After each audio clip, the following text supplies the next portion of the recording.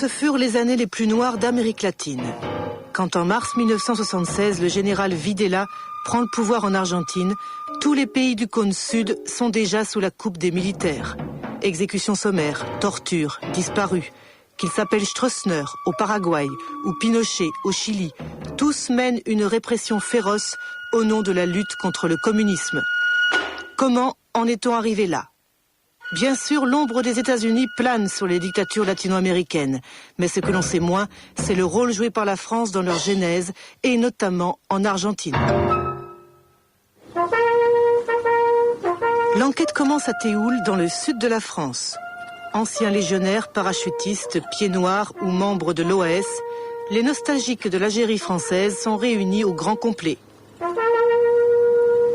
40 ans après notre déracinement, nous avons voulu rendre un hommage particulier à tous ceux des nôtres qui sont tombés pour la défense de l'Algérie française. Cette histoire... Voici le doyen du rassemblement, le colonel Lacheroy, 96 ans, qui fut condamné à mort pour sa participation au putsch des généraux d'Alger. C'est un témoin capital, car pour comprendre l'influence des Français sur les dictatures latino-américaines, il faut remonter le fil du temps et plonger dans l'histoire des guerres coloniales. Vraiment, j'avais vécu en Algérie, j'avais vécu dans tous les pays arabes. Je ne pouvais pas admettre qu'on perde l'Algérie. Tout commence pendant la guerre d'Indochine. Nommé à la tête d'un régiment en 1951, Charles Lacheroy est fasciné par l'organisation du Viet Minh, qui tient tête aux Français, pourtant plus nombreux et mieux équipés. En arrivant en Indochine, et tout de suite, ou presque tout de suite, je suis tombé sur le livre rouge de Mao Tse-tung. Je l'ai lu de bout en bout. C'est le premier devant lequel j'ai compris que ce qu'il appelait les arrières était plus fort que la troupe et qu'il fallait soigner les arrières avant de soigner la troupe. L'ennemi que j'avais devant moi en Indochine, c'était un ennemi qui était adroit pour se servir des populations. Quand vous en arrivez à un point, vous ne pouvez pas le pisser sans que votre adversaire le sache, on n'en sort plus.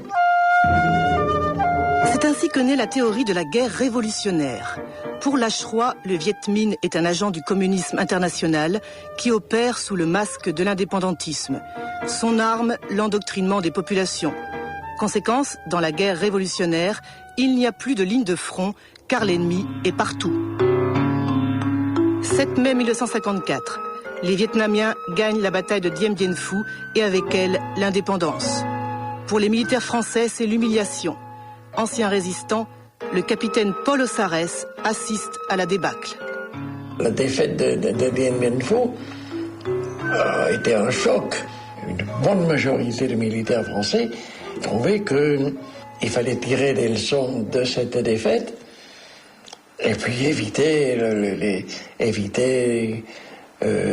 qu'on ait les mêmes déboires en Algérie.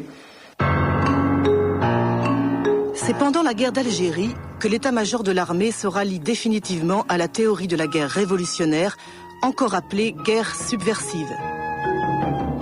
Son obsession, couper le front de libération nationale de ses arrières, c'est-à-dire de la population. Pour cela, les Français innovent. 400 000 soldats sont déployés sur l'ensemble du territoire algérien. C'est la technique du quadrillage, la première application concrète de la théorie de Lacheroy.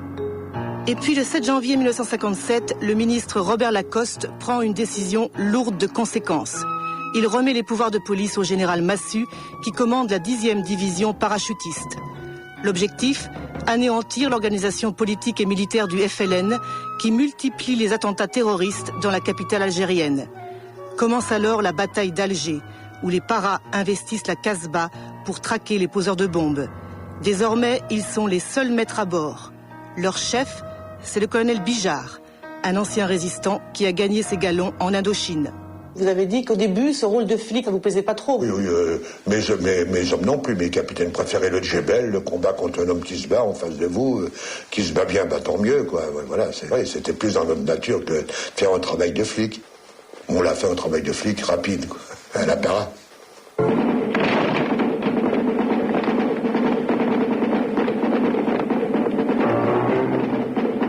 Pourquoi on appelle ça une bataille? Parce que c'était une action où on avait capturé des gens armés et éventuellement les tuer. La bataille d'Alger deviendra un modèle de la guerre contre-révolutionnaire. De janvier à septembre 1957, les Français inventent ou systématisent des techniques militaires qui resteront longtemps secrètes. Il n'y a pas d'image d'archives. Seul un film de fiction italo-algérien, réalisé en 1965, permet de reconstituer les méthodes de la bataille d'Alger. Boycotté par les grands réseaux de distribution, le film a été très peu vu en France. Est-ce que vous avez vu le film La bataille d'Alger? Magnifique, magnifique. C'est proche de la vérité comme on ne peut pas mieux faire et c'est remarquablement joué. Mathieu Philippe, guerre, Indochine et Algérie. Grade. Qui est pour vous le colonel Mathieu du film? Le colonel, et c'est Bijard. C'est une organisation à pyramide composée d'une série de sections. Chaque militant ne connaît de l'organisation entière que 3 membres maximum. Son responsable qui le choisit et ses 2 subordonnés qu'il a lui-même choisis. Nous devons procéder aux recherches nécessaires afin de reconstituer toute la pyramide pour arriver à l'état-major. La base de ce travail est le renseignement. La méthode est l'interrogatoire. Et l'interrogatoire devient une méthode lorsqu'il est conduit de façon à toujours obtenir une réponse.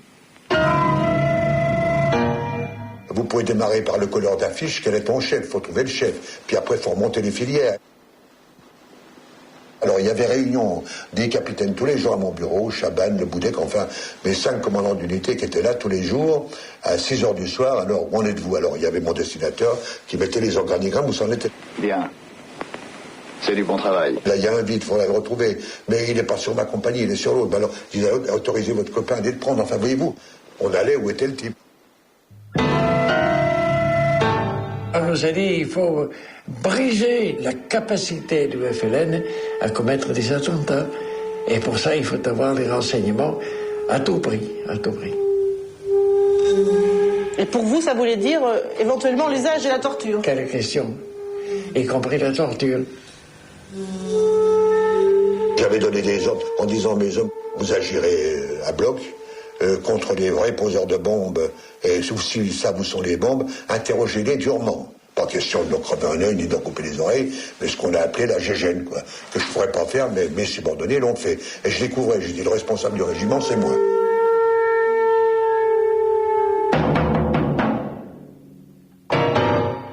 L'escadron de la mort, c'était un certain nombre de sous-officiers mis à ma disposition par Massu, dont je ne dirai jamais le nombre ni les noms, pour que ça ne leur retombe pas dessus, voyez-vous.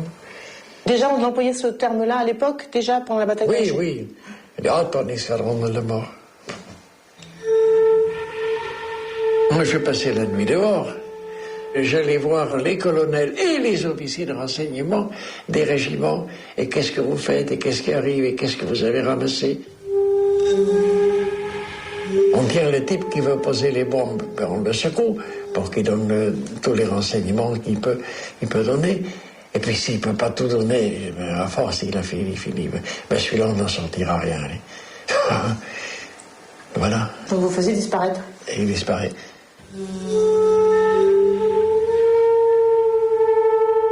Cette technique de disparition, vous confirmez qu'elle est inaugurée là-bas pendant la bataille d'Alger? Oui. Escadron de la mort, disparu, ces méthodes ont donc été inventées en Algérie.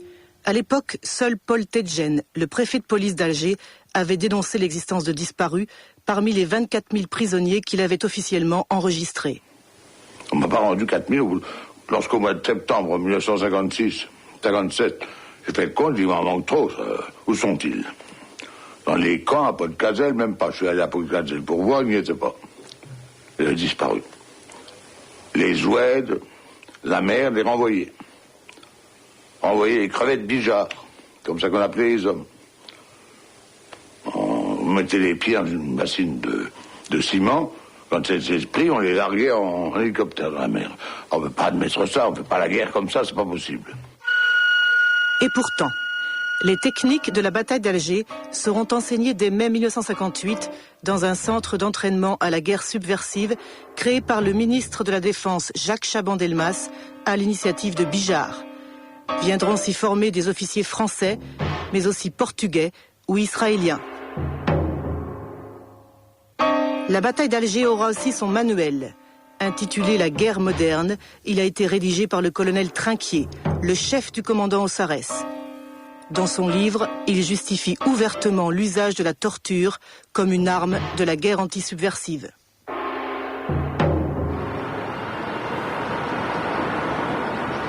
C'est à l'école de guerre de Paris que s'effectue principalement la transmission.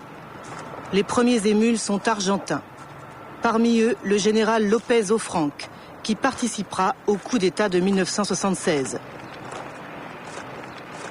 En 1957, López Offranc est sélectionné par l'état-major argentin pour s'initier à ce qu'on appelle désormais la doctrine française, avec à la clé un stage pratique d'1 mois en Algérie. Les professeurs n'arrêtaient pas de nous parler de la guerre révolutionnaire. C'était quelque chose de tout à fait nouveau pour nous. En Amérique latine, nous ne connaissions pas à l'époque ce genre de problème. Il y avait bien sûr des luttes politiques, parfois violentes, mais pas de type subversif. Nous ne connaissions pas l'importance de la population dans ce genre de guerre. Pour nous, il n'y avait que la guerre classique, avec l'infanterie, le fusil, les chars, les canons. Mais jamais nous n'avions imaginé un ennemi qui tue avec un couteau ou qui étrangle avec une corde. Ici, j'ai beaucoup appris. Avec le sang, on apprend beaucoup.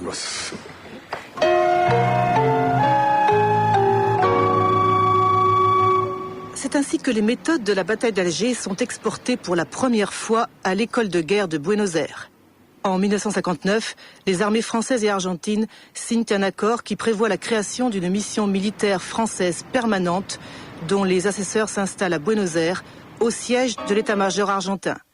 Tous sont des anciens d'Algérie qui opèrent dans le plus grand secret. Aujourd'hui encore, le sujet est tabou.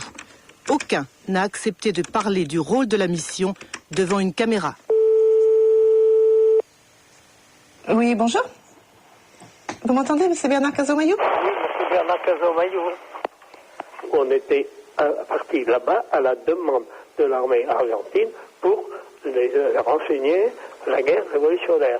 La mission était pour ce sujet-là et pour rien d'autre. Le reste ne nous intéressait pas. Payés par l'armée argentine, les Français font traduire le livre du colonel Trinquier, dirigent des cours et publient des articles dans les revues militaires. Le thème, c'est toujours la guerre antisubversive, comme le reconnaît du bout des lèvres le colonel Bintresque. Oui, bonjour. Je voudrais parler à Robert Bintresque. C'est moi-même. On essaie de leur expliquer cette guerre subversive, cette guerre d'en dessous. Oui, et puis une histoire d'ennemi qui n'est pas forcément l'ennemi auquel ils étaient habitués. L'ennemi, c'est parfois le gars avec qui vous prenez un whisky, hein. L'influence des Français culmine en 1961 avec l'organisation à Buenos Aires du premier cours interaméricain de guerre contre-révolutionnaire auquel participent 14 pays. Son directeur n'est autre que López Offranc, qui en a confié l'encadrement aux militaires français.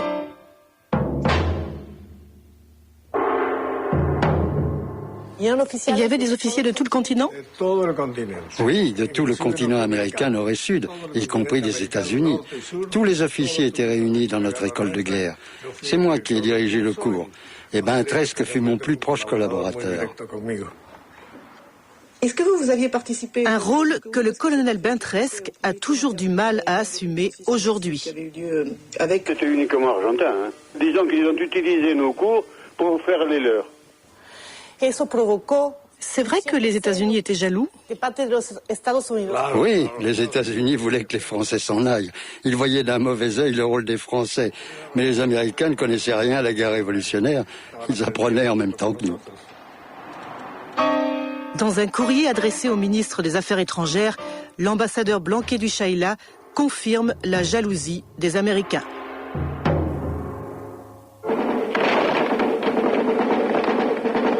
Ironie de l'histoire. Alors qu'il avait été réalisé pour dénoncer la guerre sale menée par les Français, le film La bataille d'Alger a été utilisé pour former les militaires argentins à la lutte antisubversive. Qui a fourni la copie du film? Mystère. Alors, tu pouvais pas te décider sans faire tant d'histoire? Ça aurait été mieux pour toi. Hannibal et Julio étaient cadets dans la marine argentine quand on leur présente le film en 1967. 5 ans plus tard, les 2 officiers seront emprisonnés, puis limogés de l'armée pour avoir dénoncé l'usage de la torture. Ce ne sont pas des souvenirs agréables parce que tout ça, je l'ai vécu dans ma propre chair. Qui vous a présenté ce film à l'école navale? Nous étions cadets à l'école navale. C'est le directeur d'études, avec l'aumônier militaire qui était en charge de l'école navale, qui nous ont présenté le film. Il y avait, disons, un accompagnement religieux. L'aumônier militaire justifiait les méthodes de la bataille d'Alger? Tout à fait. Y compris la torture? Oui, elle n'était pas considérée comme un problème moral, mais comme une arme de combat. Il faut savoir qu'ici, en Argentine, tout un secteur de la hiérarchie catholique a complètement soutenu ce genre de pratique. En revoyant ce film, je me dis qu'ils nous l'ont présenté pour nous préparer à une guerre qui n'était pas celle pour laquelle nous étions entrés dans l'école navale, c'est-à-dire la guerre régulière. En fait, ils nous préparaient à une guerre irrégulière, en nous habituant petit à petit à des méthodes qui seront largement employées par la suite. Rien à voir avec la guerre contre un ennemi extérieur. Ici, on nous prépare à des tâches policières contre la population civile, qui est devenue le nouvel ennemi.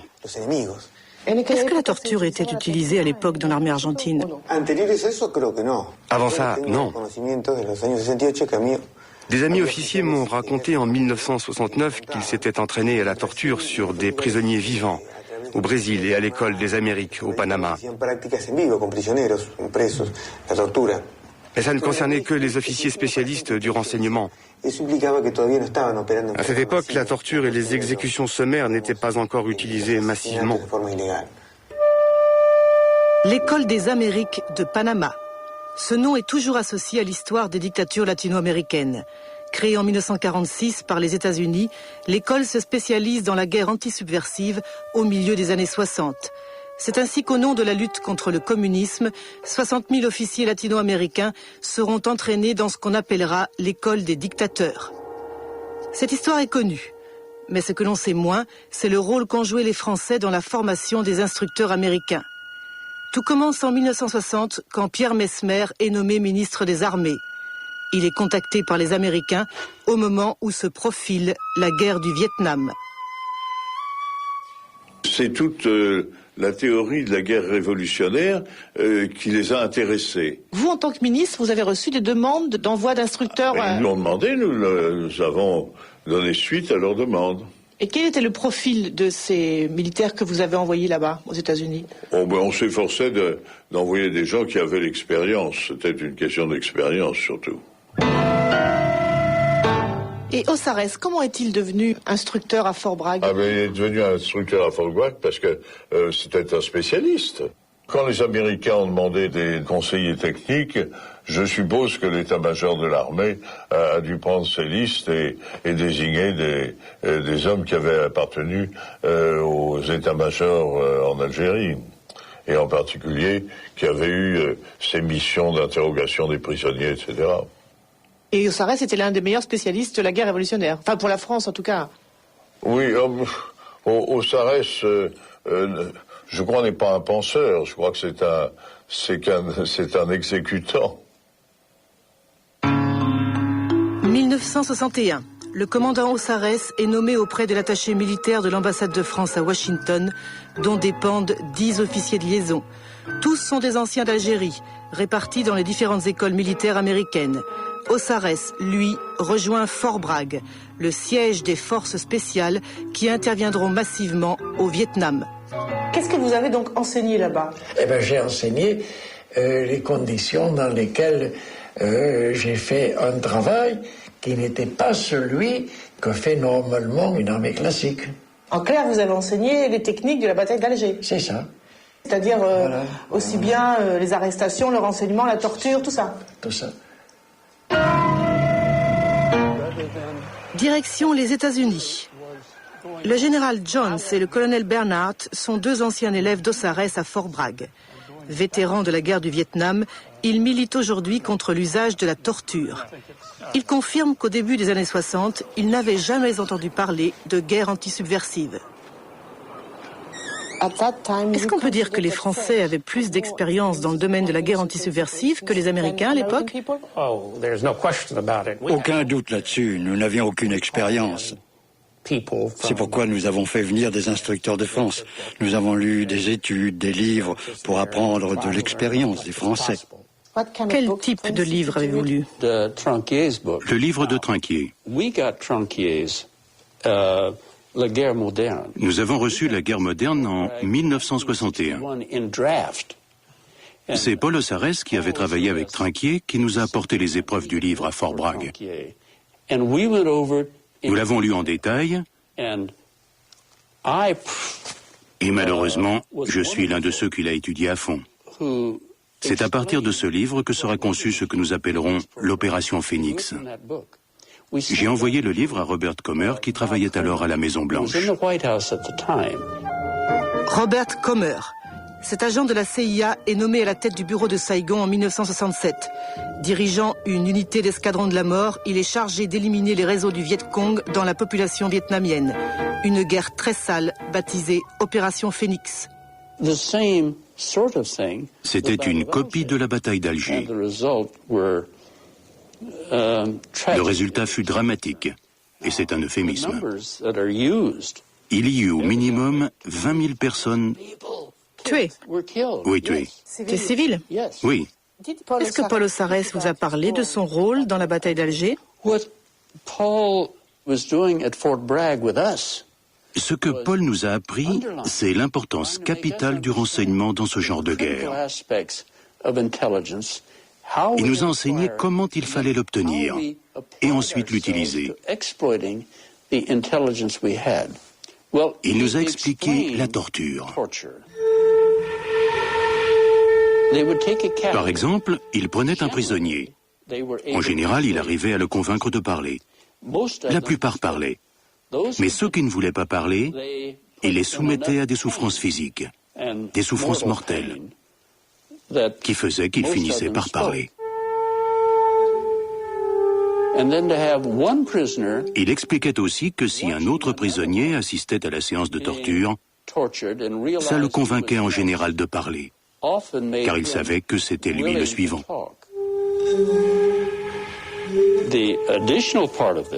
Le problème supplémentaire, c'était de savoir que faire avec les prisonniers torturés.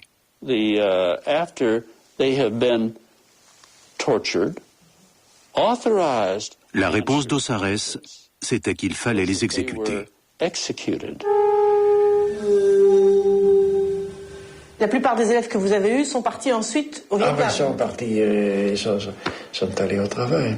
Et au Vietnam. J'en ai retrouvé, quand j'ai été attaché militaire au Brésil après coup, j'ai retrouvé des généraux qui m'ont dit « mais on vous a eu comme instructeur à Fort Bragg ». C'était en quelle année que vous étiez au Brésil, général? 73.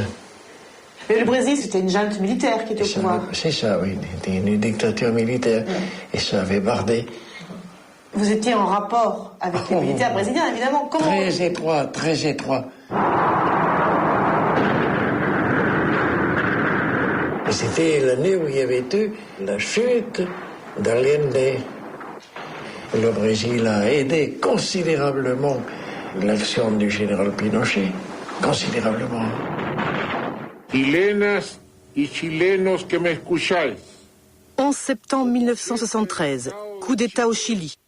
Le général Pinochet renverse le gouvernement socialiste du président Allende. La répression s'abat sur la gauche chilienne. Des milliers de personnes sont arrêtées, torturées, exécutées. Parfois devant les caméras, comme ici, dans le stade de Santiago, transformé en camp de concentration à ciel ouvert. Pinochet est sûr de son impunité. Mais au niveau international, la réprobation est générale. Des survivants ont raconté que des officiers brésiliens dirigeaient les séances de torture. Avait-il été formé par Osarès ?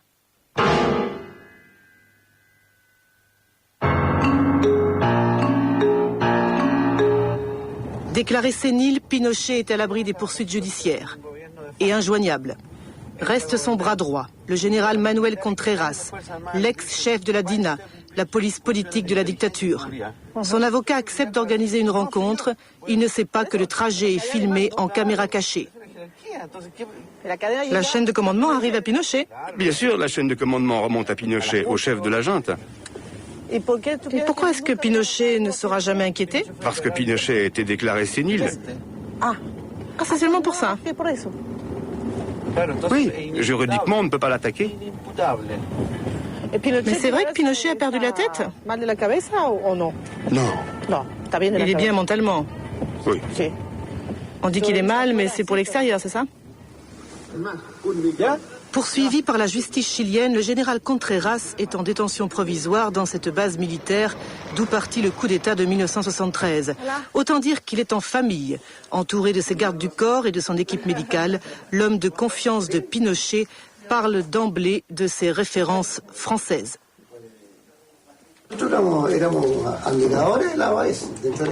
Nous étions de grands admirateurs de l'OAS pour son attitude valeureuse et combative. Pour nous, c'était vraiment un modèle. Est-ce que vous avez connu le général Ossarès? Pas personnellement, mais il a entraîné des officiers chiliens au Brésil. Ah oui, Ossarès. Oui, tous les 2 mois, je lui envoyais des contingents d'officiers pour qu'il les forme. Il travaillait normalement au siège des services de renseignement à Brasilia, mais il allait souvent à Manaus pour les entraînements. Manao était un centre d'entraînement important pour les pays d'Amérique du Sud, n'est-ce pas? Oui, ce n'était pas très amusant pour ceux qui venaient d'Argentine ou du Chili, car le climat à Manaus est terrible.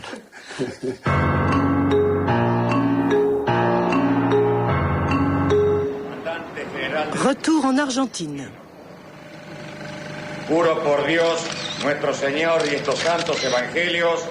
Quand en mars 1976, le général Videla prend le pouvoir, il a tiré les leçons du coup d'État chilien. La répression est encore plus féroce, mais elle s'opère en cachette, loin des caméras. Il n'y a pas d'image de cadavres, ni d'exécution. Le modèle argentin, la bataille d'Alger. Tous les généraux de la junte sont des élèves des Français. Parmi eux, le général Bignone, qui est aujourd'hui assigné à résidence. Il est accusé d'avoir volé les bébés des femmes qu'il faisait disparaître. C'est lui qui a rédigé les décrets militaires instaurant la dictature. Si vous comparez les décrets militaires de la dictature avec ce qu'ont fait les Français en Algérie, quelles sont les ressemblances? Je dirais que c'est une copie, il n'y a pas de différence. Ce sont les Français qui ont guidé la doctrine et les décrets militaires que nous avons appliqués ici. Depuis 1959, les assesseurs militaires français n'ont pas bougé du 12e étage de l'état-major argentin. Le jour du putsch, ils sont donc aux premières loges. Quant à Robert Servan, le chef de la mission, c'est un proche du général Bignone. Le français et l'argentin se sont connus à l'école des officiers de Madrid au début des années 60. C'est bien la seule chose que reconnaissent aujourd'hui le colonel Servan, avec qui la conversation a tourné court. Allô? Oui, bonjour madame, je voudrais parler à Robert Servan, s'il vous plaît. Oui, bonjour madame. Bonjour madame. Bon, ne quittez pas. Est-ce que vous confirmez que pour les Argentins, les militaires argentins, l'influence des Français a été très importante? Oui, non, écoutez, je vous remercie. J'aurais très gentil de me téléphoner, mais je peux pas rien vous dire au téléphone. Je comprends pas très bien ce que vous me dites. J'ai des ennuis avec mes oreilles. Vous savez, ça fait un moment que j'ai quitté l'Argentine. Ah oui, je sais. Oui, je sais.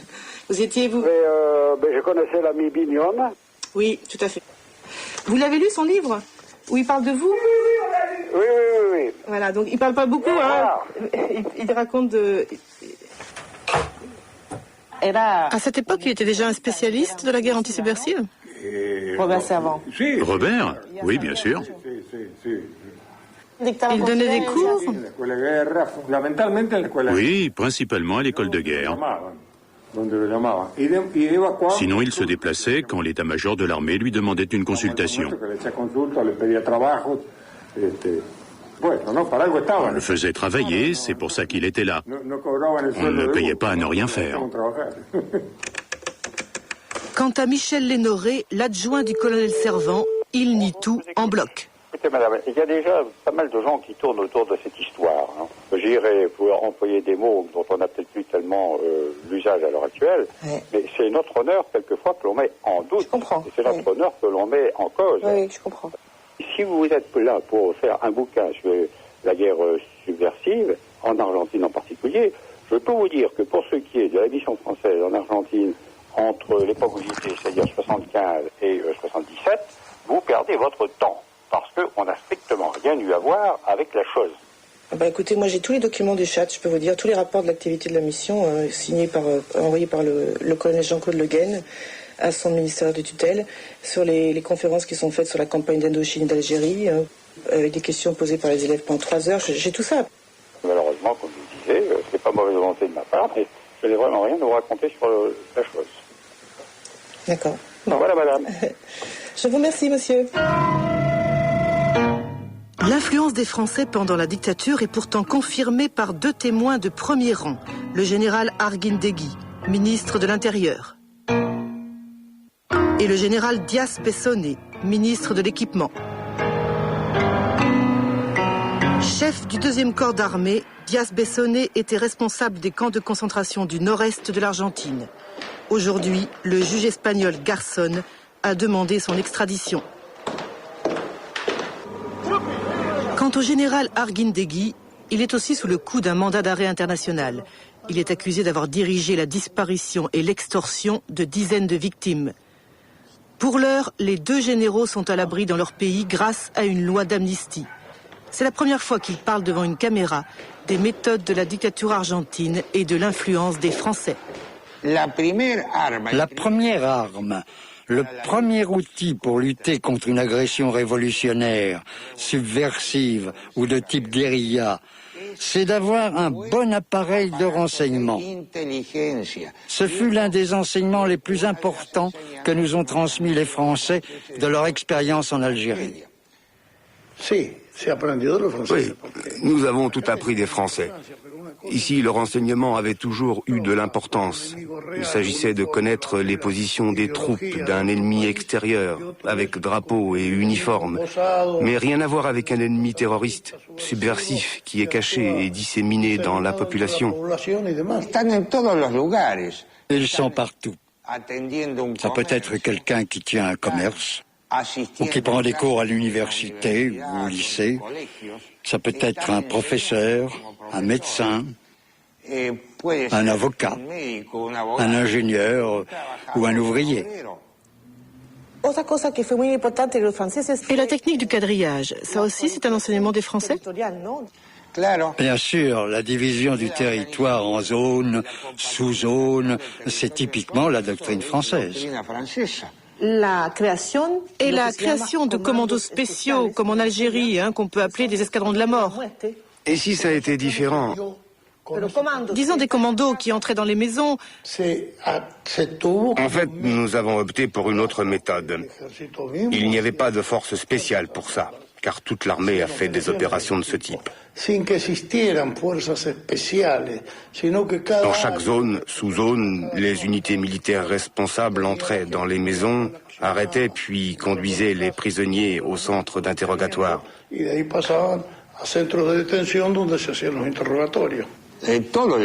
Toute l'armée a participé. Toute. Tous les militaires d'actifs de cette époque ont pris part à la guerre anti-subversive. Est-ce que les Français vous ont enseigné la technique de la gégène ? On ne peut pas dire qu'ils nous l'aient enseigné. Ils nous ont expliqué à quoi ça servait. Et puis nous avons adapté la technique au fur et à mesure de la lutte. C'est une méthode que nous connaissions d'ailleurs déjà un peu dans la police nationale et fédérale. Comment voulez-vous obtenir des renseignements si vous ne secouez pas, si vous ne torturez pas? D'ailleurs, à propos des disparus, disons qu'il y en a eu 7000. Je ne crois pas qu'il y en ait eu 7000. Mais bon, que vouliez-vous que nous fassions? Vous croyez qu'on pouvait fusiller 7000 personnes? Si on en avait fusillé 3, le pape nous serait tombé dessus, comme il a fait avec Franco. Le monde entier nous serait tombé dessus. Qu'est-ce qu'on pouvait faire? Les mettre en prison? Et puis, dès qu'arrive un gouvernement constitutionnel, ils sont libérés. Et ils recommencent. C'est une guerre interne, c'est pas une guerre contre un ennemi de l'autre côté de la frontière. Ils sont prêts à reprendre les armes pour tuer à la première occasion. C'est une réalité et ce fut peut-être une erreur. Ça n'a rien à voir avec les disparus d'Algérie. C'était un autre pays. Et une fois qu'il a été libéré, les Français sont rentrés chez eux. Tandis qu'ici, chaque disparu avait un père, un frère, un oncle ou un grand-père. Ici, la guerre a été très efficace. En 3 ans, la subversion a été anéantie.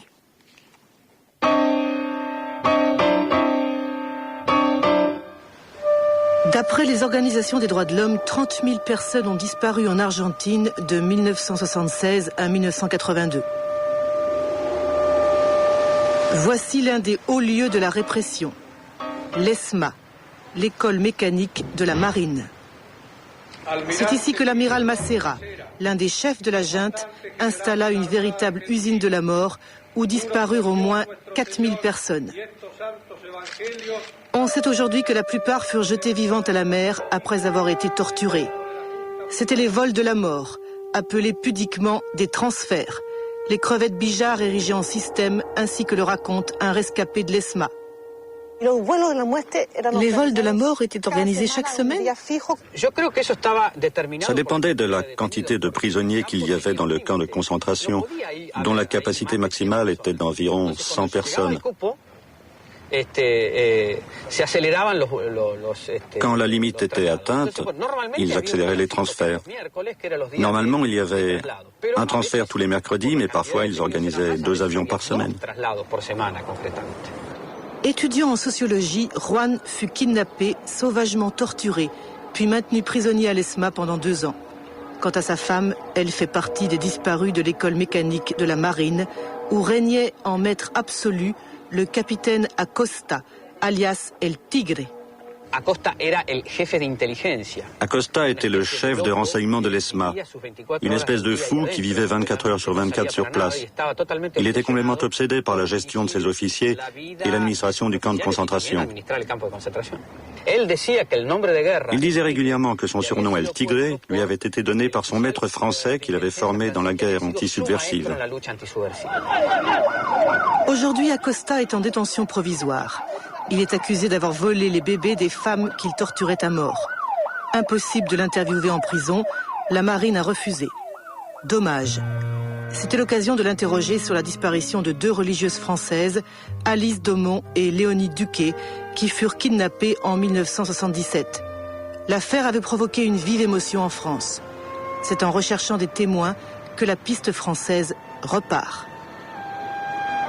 Rosario Cerruti est une mère de disparus qui militait à l'association des mères de la place de Mai.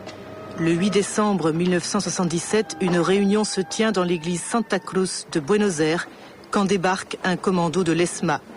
11 personnes sont enlevées, dont la religieuse Alice Domon. Par miracle, Rosario échappe à la rafle. Il y a un homme qui a attiré mon attention à l'entrée de l'église. C'était un boiteux qui n'arrêtait pas de faire les 100 pas. J'ai raconté ce détail au consul français qui m'avait convoqué pour que je lui raconte l'enlèvement de la religieuse. Et là, j'ai été très surprise. Il s'est levé et il m'a demandé « Est-ce qu'il marchait comme ça ?»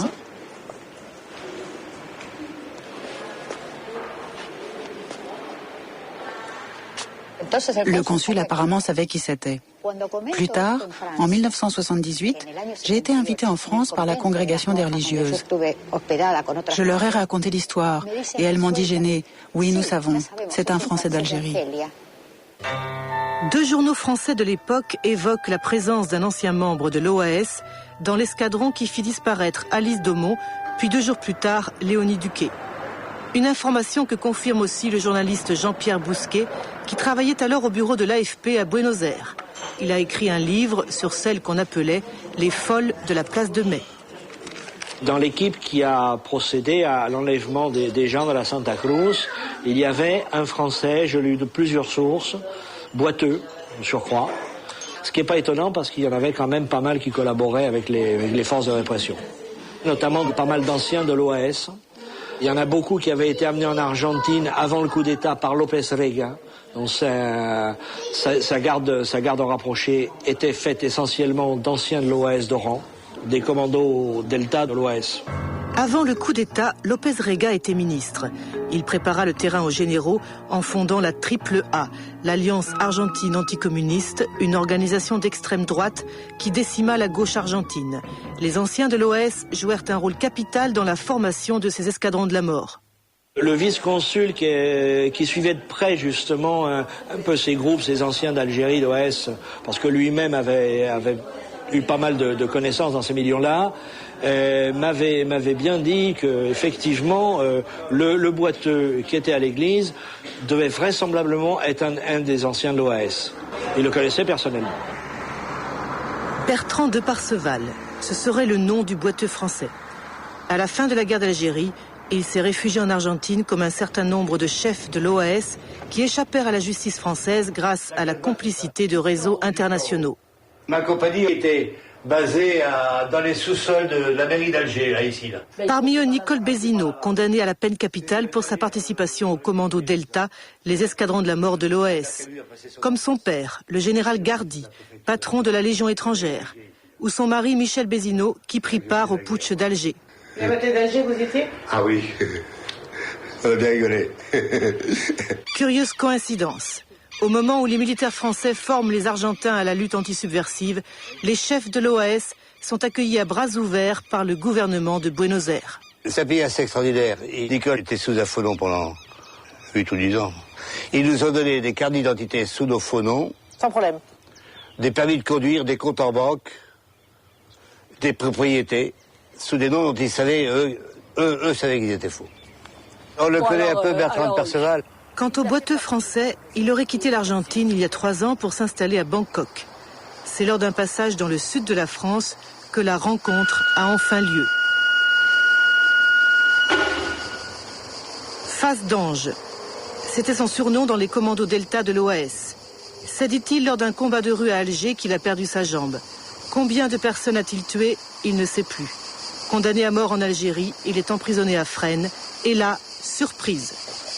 J'étais à Fresnes et à la sortie, ils m'ont appelé au ministère de l'Intérieur. Ils m'ont offert de voyager en Argentine gratuitement avec des tracteurs, etc., des sous. C'était bien. Ils m'ont demandé si je voulais bien partir. J'ai dit bien sûr. En fait, ils voulaient se débarrasser de vous. Ils avaient un tout petit peu peur. J'étais pas fou, mais je leur ai fait croire. Apparemment, Parseval n'a pas lu les livres où l'on parle d'un boiteux français lié à la disparition des 2 religieuses. Ils doivent en inventer des conneries. Il confirme pourtant avoir été convoqué par le vice-consul Jacques Marquez au moment de cette affaire. J'ai dû être dénoncé à l'époque de cette action par une ancienne fiancée à moi. Je crois. J'ai pensé ça. Elle vous aurait dénoncé à l'ambassade ? À l'ambassade, pour vous embêter. Par méchanceté, par bêtise. Cerruti, qui est Cerruti? C'est l'une des témoins. C'est donc cette femme qui, de bonne foi, n'a pas parlé de moi, mais d'un cojo. D'un cojo. Et là, le comte de Marquez a pensé que c'était moi. Voilà.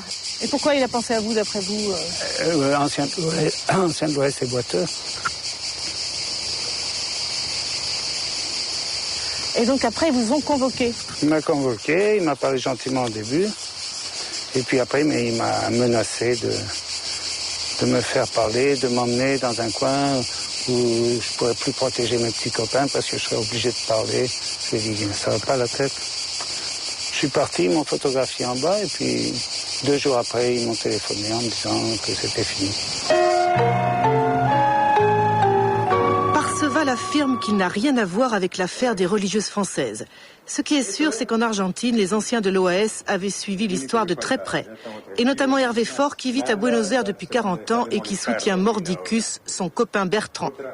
Il y avait peut-être un mec qui boitait et qui était français, mais c'était pas Bertrand. Hein. Il a été inquiété avec ça, là. Un peu. Le connard de Marquez, il a dit.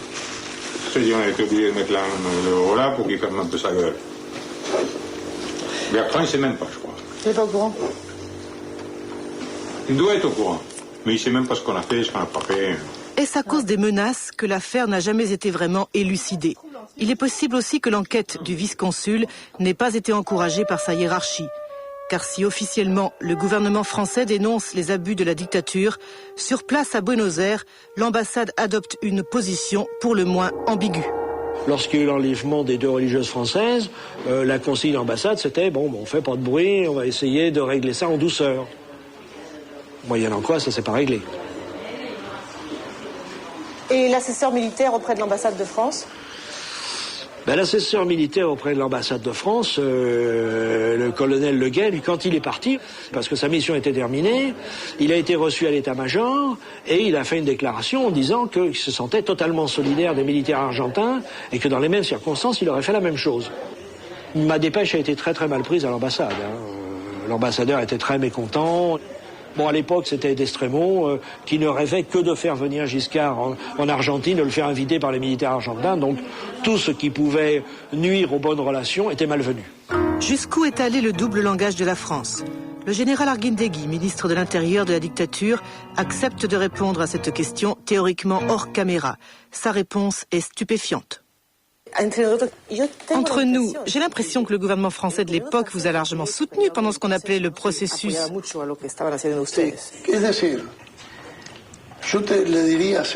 Je dirais que les gouvernants les plus haut placés, la plus haute hiérarchie de la France nous soutenaient. Mais pas à l'échelon inférieur, où la question des droits de l'homme a vraiment été un problème. Vous savez, l'opinion publique, le monde, sont pleins de gens qui penchent vers des idées progressistes de centre-gauche ou socialistes. Mais racontez-moi, tout à l'heure, vous m'avez parlé de Michel Poniatowski, qui était ministre de l'Intérieur comme vous. Qu'est-ce qui s'est passé exactement avec Poniatowski ?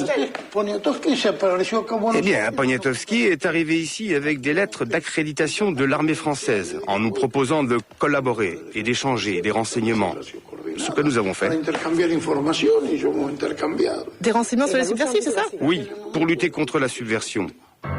La collaboration de la France avec la dictature argentine n'était donc pas que militaire, elle était aussi politique. Qu'en est-il du Chili ? En fait, c'est le général Contreras qui aborde lui-même le sujet. Et ce qu'il dit est trop précis pour être une fanfaronnade. Dans le cas de la France, les services secrets ont collaboré avec nous à plusieurs occasions. Ils ont collaboré parce qu'il y avait beaucoup de réfugiés à Paris, c'est ça ? Oui, d'ailleurs, les services de renseignement nous informaient sur les activités de ces gens-là.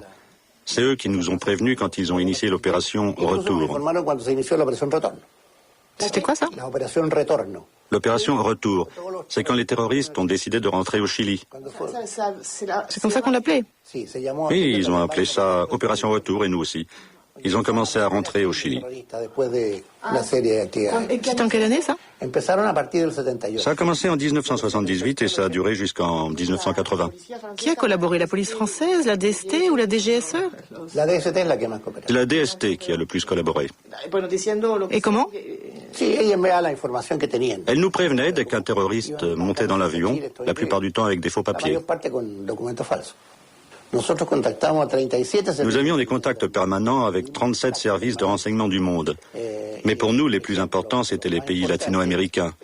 Nous avons eu des contacts avec tous les services de renseignement latino-américains. Derrière les contacts dont parle Contreras se cache en fait une organisation criminelle internationale qu'il a lui-même créée en 1975. Son nom de code, Opération Condor, ainsi que le prouvent des documents secrets américains récemment déclassifiés.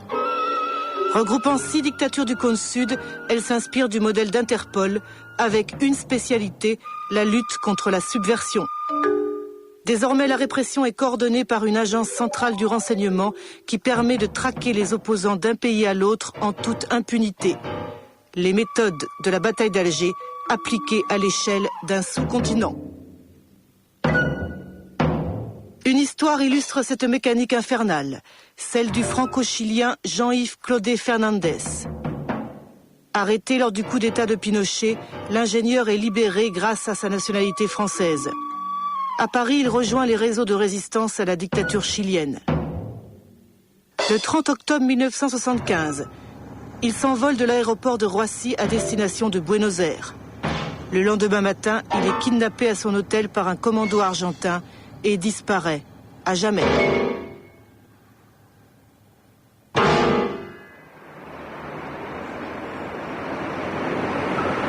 D'où est venu le renseignement permettant d'arrêter aussi vite Clodet Fernandez? Cette question continue de tourmenter Horacio Méndez Carrera, l'avocat argentin de la famille. En revanche, les bourreaux du disparu ont parfaitement été identifiés. Le principal responsable de sa disparition, c'est le colonel Ribeiro, alias Rawson, qui était son nom de guerre. Il était à l'époque commandant dans l'armée argentine.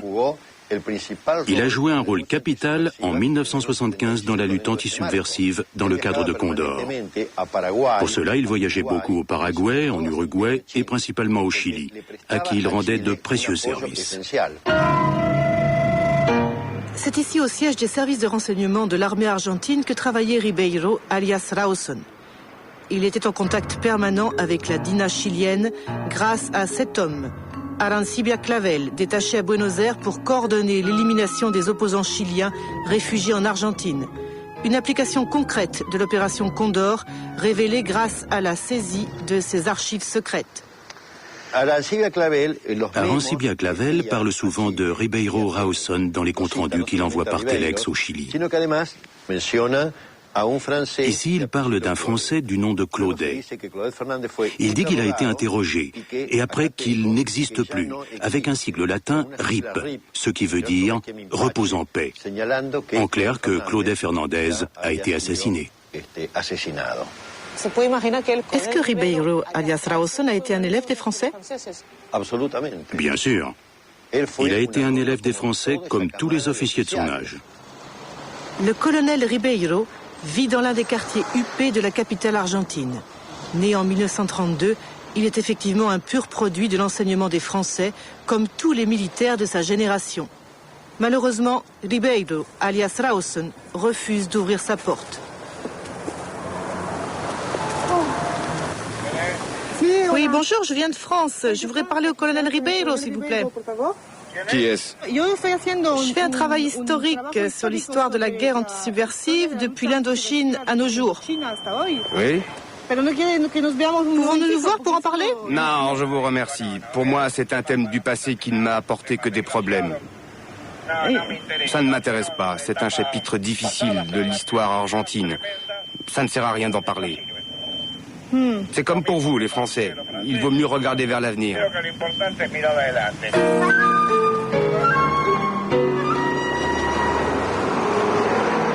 Santiago du Chili. Monica González est une journaliste spécialiste du plan Condor. Jusqu'en 1978, elle était réfugiée à Paris. Depuis, elle accumule témoignages et documents.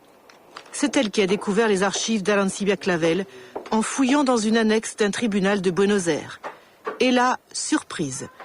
C'est à l'Argentin Ribeiro, alias Rawson, l'ancien élève des Français, qu'elle attribue la paternité de l'opération Condor. Arancibia Clavel envoie un compte-rendu au quartier général de la DINA à Santiago où il dit « Le colonel Rawson a établi avec les services migratoires argentins la liste de tous les Chiliens entrés dans le pays après le coup d'État du 11 septembre 1973. » Cet officier propose de créer une agence centrale du renseignement entre le Chili, l'Argentine, l'Uruguay et le Paraguay. Ce n'est donc pas le général Contreras qui a eu l'idée de Condor. Non, c'est lui qui l'a créé, mais c'est Rawson qui a eu l'idée. Est-ce qu'il y a des étrangers qui sont liés à l'opération Condor? Oui, et c'est peut-être l'un des aspects les plus secrets de Condor. La DINA a créé un bras international pour ses activités extérieures, composé d'un groupe d'Européens. Parmi eux, il y a des Italiens, dirigés par le terroriste et fasciste Stefano Della Chiae. À ce groupe de terroristes italiens s'ajoute le célèbre terroriste français Albert Spaggiari, un ancien de l'OAS. Et Michael Townley, un Américain recruté par la DINA.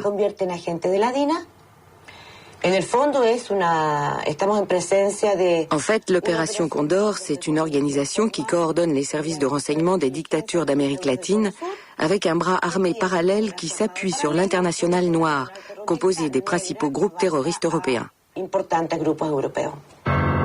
C'est dans cette maison de Santiago du Chili que les mercenaires internationaux préparent les attentats de l'opération Condor contre les opposants réfugiés à l'étranger.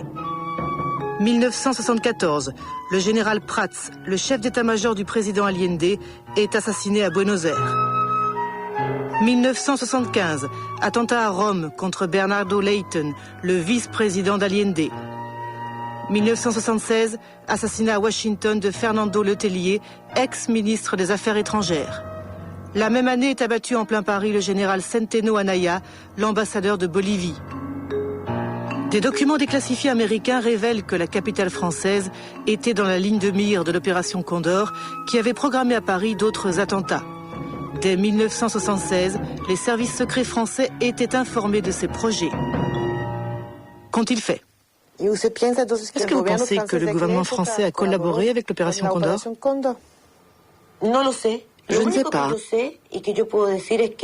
La seule chose que je sais, c'est que personnellement, j'ai été arrêtée à l'aéroport de Roissy alors que j'attendais un avion en provenance du Chili. Ce fut très violent. Ils m'ont bandé les yeux et m'ont emmené dans un lieu souterrain. Le seul détail que j'ai pu noter, c'est que l'un de ceux qui m'interrogeaient avait une prothèse à une main. Ils ne m'ont pas frappé, mais ce fut violent. Tout le temps où ils m'ont gardé, ils ne m'ont rien donné à boire ni à manger.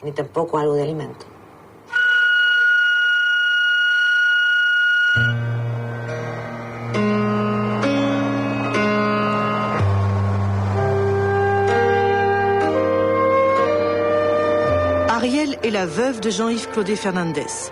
Après l'arrestation de Pinochet à Londres, elle a repris espoir que justice soit rendue. Un juge français a réouvert le dossier de son mari. Des mandats d'arrêt internationaux ont été lancés contre le général Contreras, Arancibia Clavel et le colonel Ribeiro, alias Rawson. Ils devraient être jugés par contumace à Paris. Après 27 ans d'exil en France, Ariel est retournée vivre au Chili. Doucement, presque gênée, elle parle d'une blessure secrète qui n'en finit pas de cicatriser. Elle n'a pas compris l'attitude des autorités françaises au moment de la disparition de Jean-Yves.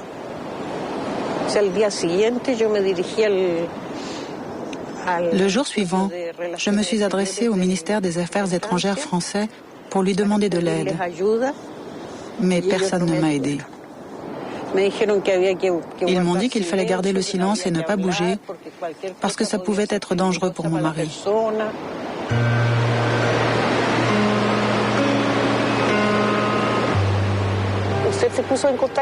Vous avez contacté l'ambassade de France à Buenos Aires ? Oui. Vous êtes allé là-bas ou... Non. Vous avez appelé ? Oui, j'ai téléphoné et il ne s'est rien passé. Il ne s'est absolument rien passé.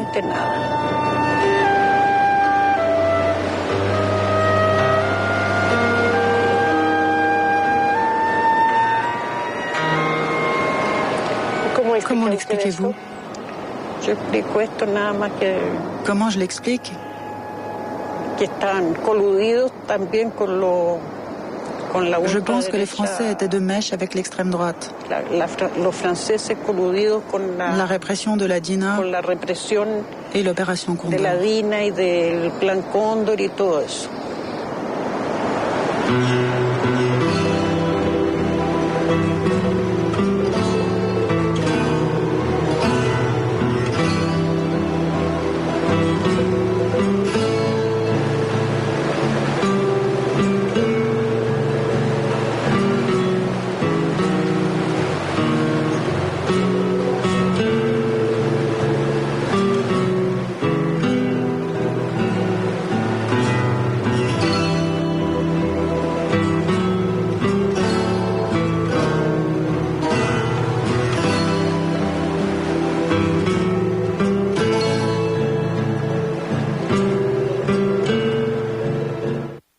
Moi, ce que j'aimerais savoir, en général, après le visionnage de ce film, c'est, à votre avis, comment va réagir l'armée française et la hiérarchie de l'armée française à ces nouvelles révélations? L'armée française actuelle ignore totalement Et ce problème, l'affaire ignore totalement notre guerre. Mais il reste malgré tout des responsables politiques qui, eux, sont au courant. Pierre Messmer, Valéry Giscard d'Estaing, peut-être Jacques Chirac. Jacques Chirac n'y connaît rien. Oui, mais ça s'est fait, apparemment, d'après ce que dit le film, ça s'est fait pendant le gouvernement de Giscard d'Estaing, avec Poniatowski, qui était ministre à l'époque. Donc oui. Est-ce que ça pouvait se faire dans l'ignorance des plus hautes instances de la France? Non, je connaissais tout. Les plus hautes instances de la France pouvaient être au courant. Moi, je n'étais plus au courant de ces histoires. Je n'ai plus rien à faire. Malgré les problèmes que ça vous procure, de jalousie, de confrontation, votre parole, est-ce que vous êtes heureux que toute cette vérité sorte? Vous savez, quand je me suis plongé dans l'écriture de mon livre, ce que j'écrivais a été vu par mes filles, j'ai 3 filles, enfin j'en avais 2 sous la main, et par ma femme, qui avait été une héroïne de la résistance. Quand elle a vu ce que j'écrivais, elle a trouvé que j'avais eu tort. Surtout quand elle a vu tout ce qui me tombait sur la figure. Et ça l'a affectée tellement qu'elle en est morte. Voilà, alors... Mais mes filles, par exemple, m'ont dit que c'était moi qui avais tué ma femme, que j'avais tué leur mère. Alors elles m'ont dit, comme Bijard, qu'est-ce qui t'a pris d'ouvrir ta gueule? Mais si c'était à refaire, je referais ce chemin. Voilà, c'est la fin de cette émission. On se retrouve lundi prochain vers 23h. Pour des portraits d'actualité, nous reviendrons sur ce qui a fait événement tout l'été, c'est-à-dire le drame de Vilnius. Et nous vous proposerons l'histoire de Marie Trintignant et de Bertrand Cantat. Rendez-vous lundi prochain. Bonsoir. La vie en clair, votre magazine de société pour y voir plus clair dans votre vie quotidienne. C'est du lundi au vendredi à 12h30 en clair sur Canal+. Bonjour monsieur. Bonjour. Bonjour monsieur. César du meilleur montage. Soyez-vous. Sélection officielle au Festival de Cannes. Qu'est-ce que vous en pensez? Bien. Pas bien.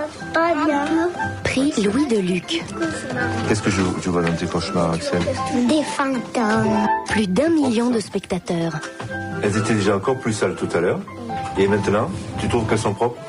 Non. Non.